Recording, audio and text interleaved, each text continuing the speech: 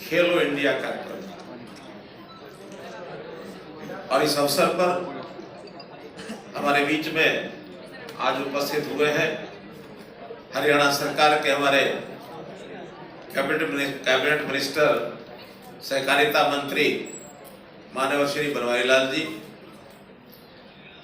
और उत्साह और उमंग से हम सबके मन में खेलों के प्रति एक ज्वाला जगाने वाले, एक उत्साह भरने वाले जिस प्रकार से उन्होंने अपना उद्बोधन दिया, ऐसे हमारे बहुत युवा, होनहार, साहसी, ऊर्जावान हमारे खेल मंत्री भाई संदीप सिंह जी, यहाँ के गुरुग्राम के जिस क्षेत्र में हम बैठे हैं यहाँ के हमारे विधायक श्री सुधीर सिंगला जी, इस शहर की मेयर प्रथम नागरिक जिनको हम कहते हैं बहन मधु आजाद जी, हमारा पूरा खेल विभाग, हमारे एडिशनल चीफ सेक्रेटरी खेल विभाग श्री महावीर सिंह जी, निर्देशक खेल विभाग श्री पंकज नयन जी, डिविजनल कमिश्नर इस इलाके के श्री राजीव रंजन जी, मंडल आयुक्त हैं श्री संजय जून जी, और यहाँ की हमारी पुलिस कमिश्नर श्रीमती कला रामचंद्रन जी, उपायुक्त गुरुग्राम श्री निशांत यादव जी, और यहाँ मैं देख रहा हूँ हर लेवल के खिलाड़ी, उनके परिवार के सदस्य वो भी यहाँ उपस्थित हैं। मैं सामने दीपा मलिक जी देख रहा हूँ और हमारे यशपाल सोलंकी जी, जूडो के हमारे अर्जुन अवार्डी हैं। दीपा मलिक जी तो पद्मश्री, पद्म विभूषण, किस किस ख्याति की मालिका बनी है। तो इस नाते से खेल प्रेमी सज्जनों, भाइयों बहनों, आज का ये अवसर एक प्रकार का उस संदेश देने का ये अवसर है जो जिस अवसर की हम वर्षों से तैयारी कर रहे हैं। वास्तव में तो ये जो अवसर खेलो इंडिया हरियाणा को जिसका सौभाग्य मिला है उसको होस्ट करने का, ये बहुत पहले शुरू हो जाना चाहिए था, लेकिन जब जैसे जानते हैं कि कोविड का ये जो एक बहुत ही ऐसा एक दर्दनाक एक अवसर हमें देखने को मिला, पिछले 2 वर्षों से हम इसको झेल रहे हैं, भुगत रहे हैं, लेकिन मुकाबला भी कर रहे हैं।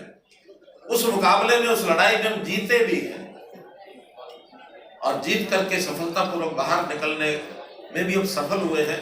कि ठीक है, अभी कुछ लोग कह रहे हैं कि ये चौथी लहर भी चल रही है, लेकिन अब समय ने सिद्ध किया है कि चौथी लहर भी हमारा कुछ बिगाड़ेगी नहीं, कुछ नहीं बिगाड़ सकती। हमने हर प्रकार के युद्ध तय कर लिए इस लड़ाई को लड़ने के लिए। हमारा इंफ्रास्ट्रक्चर, हमारी मेडिसिन, हमारे संसाधन, हमारे जितने भी कोरोना वॉरियर्स, वो सब मजबूती से खड़े हैं। उस फेज में से बाहर निकले हैं और अंतोगत्वा ये देश का जो चौथा खेलो इंडिया का कार्यक्रम है, इससे पहले 3 हुए हैं, तो इस चौथे खेलो इंडिया कार्यक्रम के लिए हम लोगों ने 7 मई को पंचकुला से इसका आगाज किया है। वहां इसका जो लॉन्चिंग कार्यक्रम हो गया है। आज एक जिसको कहेंगे कि प्रमोशनल इवेंट है, क्योंकि एनसीआर एरिया में, चाहे वो हमारा कैपिटल दिल्ली है, चाहे एनसीआर एरिया का ये सब क्षेत्र है, यहाँ भी इसकी जानकारी सबको मिलनी चाहिए। तो आज इस कार्यक्रम का 2 दिन बाद ही आयोजन कर लिया हमने, और इसमें जैसा अभी हमने देखा है कि हमारे लोगो का लॉन्च हुआ, हमारे थीम गीत का लॉन्च हुआ है, जर्सी का भी अभी प्रदर्शन किया जाएगा, जो जर्सी एक तय की गई है खिलाड़ियों के लिए, और इसी प्रकार से शुभंकर है। फिर हमने मस्केट और ये जो सब देखे हैं, धाकड़, मास्केट, जितने भी मस्केट और धाकड़, एक मनोरंजन का भी वातावरण उससे बनता है पूरे उस परिसर में, इनका भी अपना एक योगदान होगा। तो इसका हमने आज लॉन्च किया है और ये इंतजार जो है अब ये खत्म हुआ है, उल्टी गिनती शुरू हो गई है। आज हम लोग 10 मई में अपनी बातचीत कर रहे हैं, आने वाले 4 जून को देखा जाए तो 25 दिन बाकी बचे हैं, और अगर इसको घंटों में बदलते हैं तो 600 घंटे बाकी बचे हैं।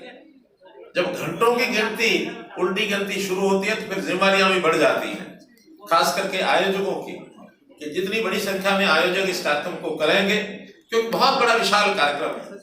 लगभग 8,500 खिलाड़ी और उनके साथ जो अन्य प्रबंधकर्ता और जो खेल को कराने वाले ऐसा जो लोग सब हैं, देश भर से आने वाले हैं।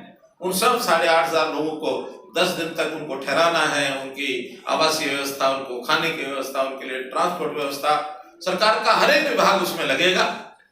और उसमें न केवल सरकार के लोग बल्कि कुछ एनजीओ वो भी लगेंगी। कुछ संस्थाओं को हमने जो एक्सपर्ट हैं उनमें उनको उसका कॉन्ट्रैक्ट भी दिया है ताकि वो भी उसमें काम करेंगे, ताकि किसी भी व्यक्ति को, बाहर से आने वाले को, देश भर के सब प्रांतों जब आएंगे तो हर प्रकार की आवश्यकता उनकी रहती है। अलग अलग खान पान भी रहता है, अलग अलग मौसम से सब लोग आते हैं, अलग अलग रहन सहन का तरीका होता है। तो इन सब बातों का ध्यान रखने के लिए और व्यवस्था में, प्रबंध में कोई कमी ना आ जाए, आओ भगत हम लोग उनकी मेजबानी पूरी कर सके, ये सारा प्रबंध जो है ये किया जा रहा है।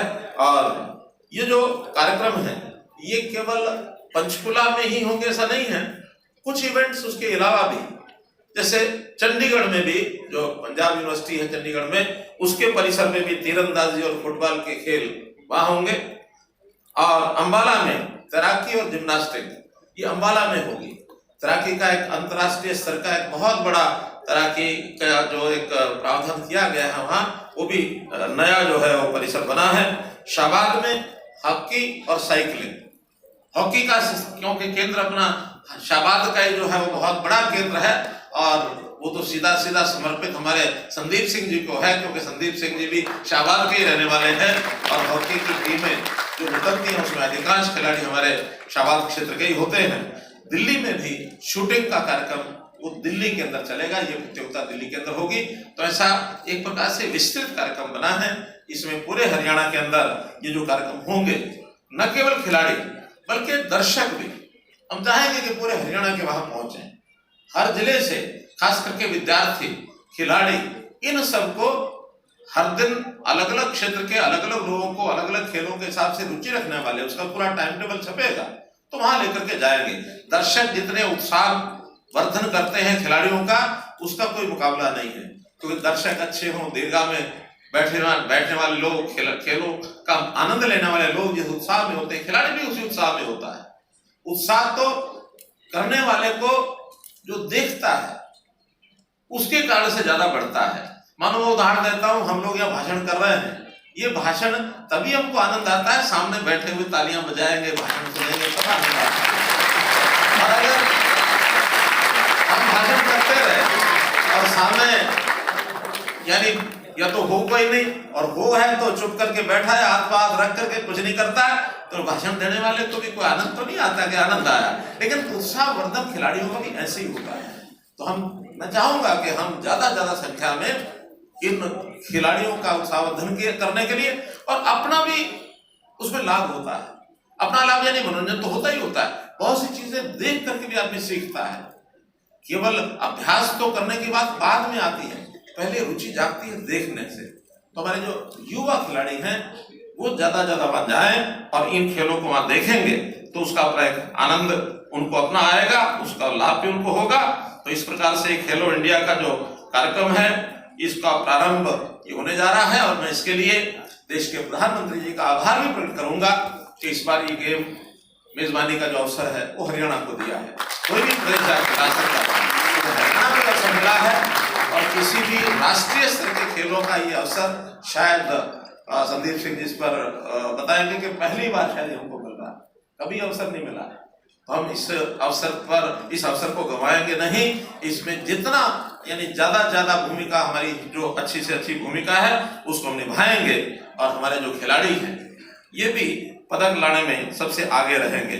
अगर हमको ध्यान हो तो खेलो इंडिया 2020 का जो हुआ था उसमें हरियाणा का स्थान दूसरा स्थान रहा था, और कुल 200 पदक हमारे खेलो इंडिया के जो नौजवान खिलाड़ी हैं वो लेकर के आए थे। बहुत बड़ी टैली थी 200 पदक की।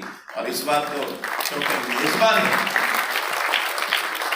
पदक तो खेल के ही लेना है, छीन के तो लेना नहीं है, लेकिन खेलने में हमारा अपना क्षेत्र हो, हमारे अपने खिलाड़ी हो।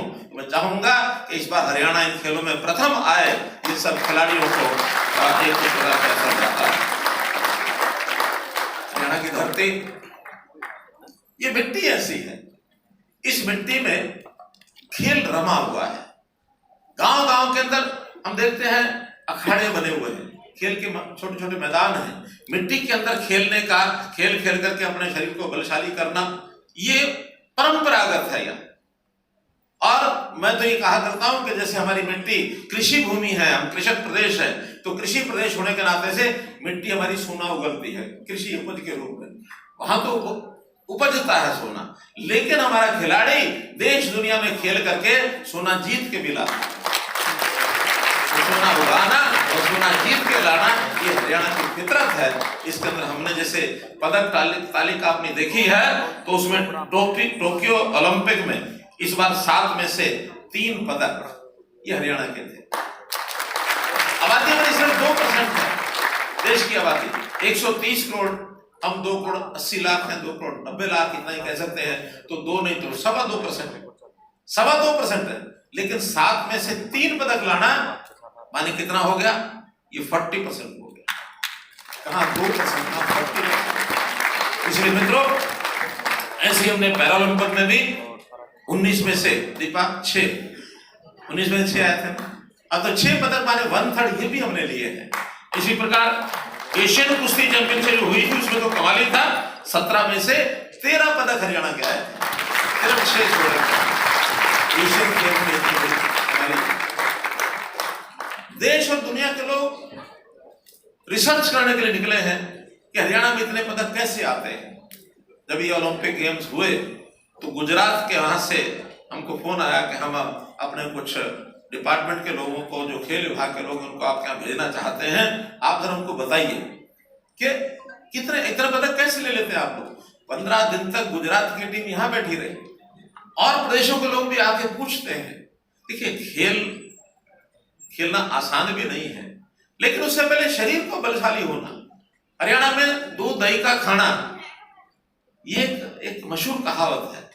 हमारे बालकों का, नौजवानों का खाना पीना बड़ा मजबूत है और उसके कारण से हमको भी निर्णय लेने पड़ते हैं। पिछले साल ने कहा कि 250 रुपए मिलते हैं खाने के। मैंने कहा 250 में पूरा हो जाता है क्या?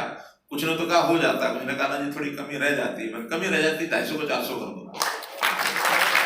400 प्रतिदिन एक अच्छा अफसर जो है वो 400 रुपया दिहाड़ी कमाता होगा, लेकिन 400 रुपये खिलाड़ी को केवल उसके खाने के लिए उसमें कमी नहीं रहनी चाहिए, ताकि वो अपने शरीर को बलशाली बनाए। बलशाली बनाएगा, फिर अभ्यास करना। तो अभ्यास करने के लिए हम लोगों ने उसमें निरंतर जो इंफ्रास्ट्रक्चर है, उस इंफ्रास्ट्रक्चर को भी बढ़ाया है। 526 करोड़ रुपया हमने जो है पिछले साल खेल इंफ्रास्ट्रक्चर पर खर्च किए हैं, 526 करोड़। और उसके अंदर जैसे मैंने बताया कि अंबाला में अंतर्राष्ट्रीय स्तर का इंडोर स्विमिंग पूल, जिसका हम उपयोग करेंगे, वो बना है। इसी प्रकार पंचकुला के अंदर राष्ट्रीय स्तर का जो ये हमारा खेल परिसर बना है, पंचकुला का परिसर प्रदेश भर का सबसे बढ़िया परिसर ये है। इसी कारण से हमने खेलो इंडिया की मेजबानी वहां ली है।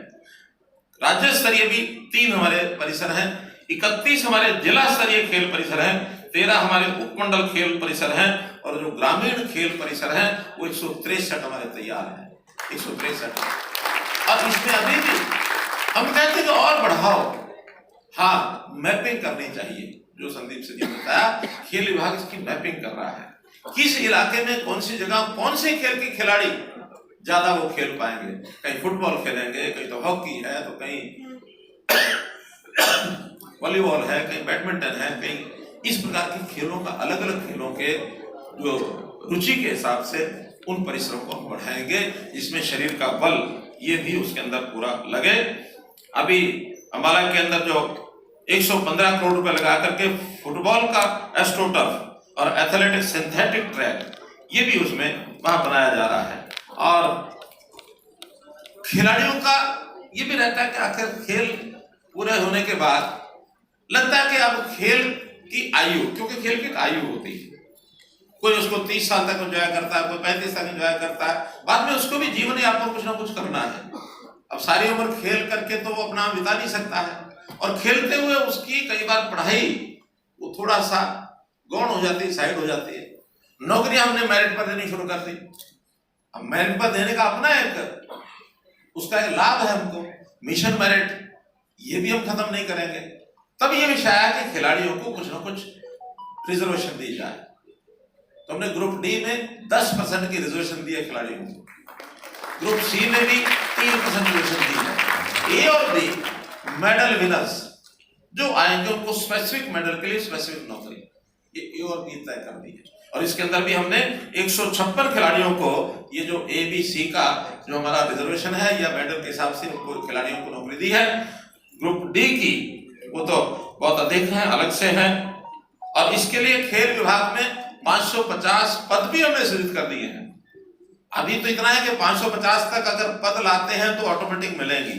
कल को अगर पद इससे ज्यादा हो जाए, हम चाहते हैं कि और ज्यादा हो, तो ये 550 तक सीमित नहीं रखेंगे, ये अगर 1100 करने पड़ेंगे तब भी कर देंगे। खेल विभाग इन खिलाड़ियों के माध्यम से खेलों को आगे कैसे बढ़ाएं, पूरा ध्यान इसी पर रहेगा।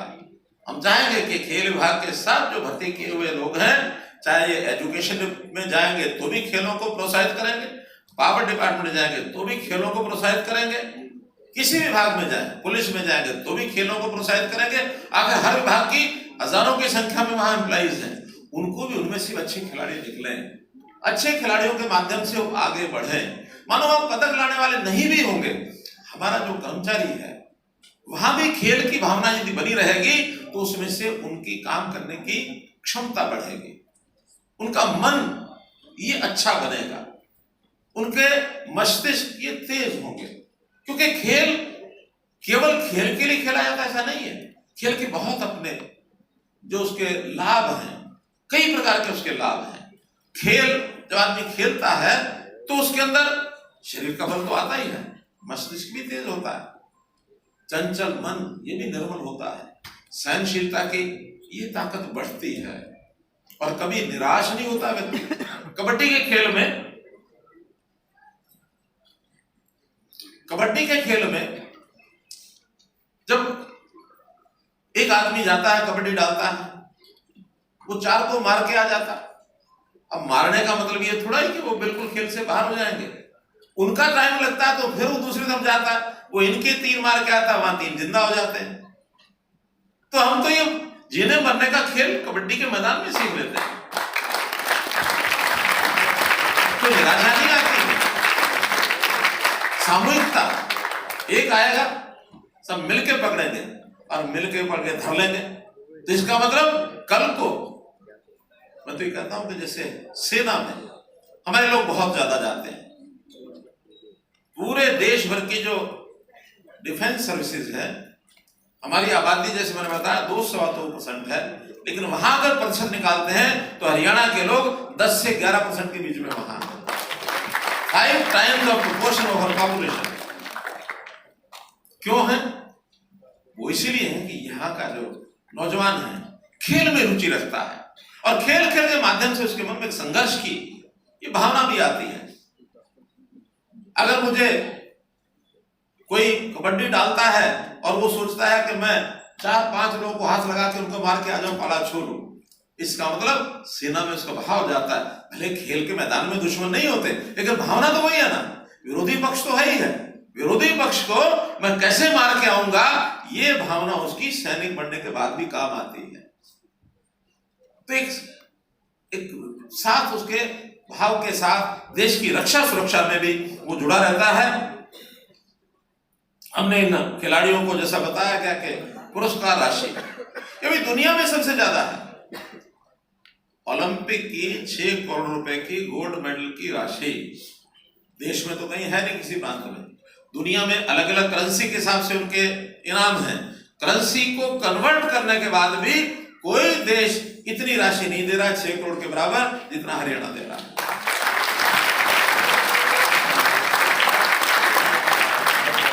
अब तो खेलने वाले, मेडल लाने वाले और मेडल जो ले आते हैं तो उनके मन में कभी कभी इच्छा जाग जाती है, काश कि मैं हरियाणा से खेला होता, काश कि मैं हरियाणा से खेला होता। बाद में हेरा फेरी करके हरियाणा के डोमिसाइल बनाने के लिए चक्कर में पड़ जाते हैं, हम उनको काट देते हैं। नहीं भी ये नहीं हो, हरियाणा का डोमिसाइल तो हरियाणा का ही डोमिसाइल है। तो इसलिए इन सब चीजों पर भी हम लोग काम कर रहे हैं।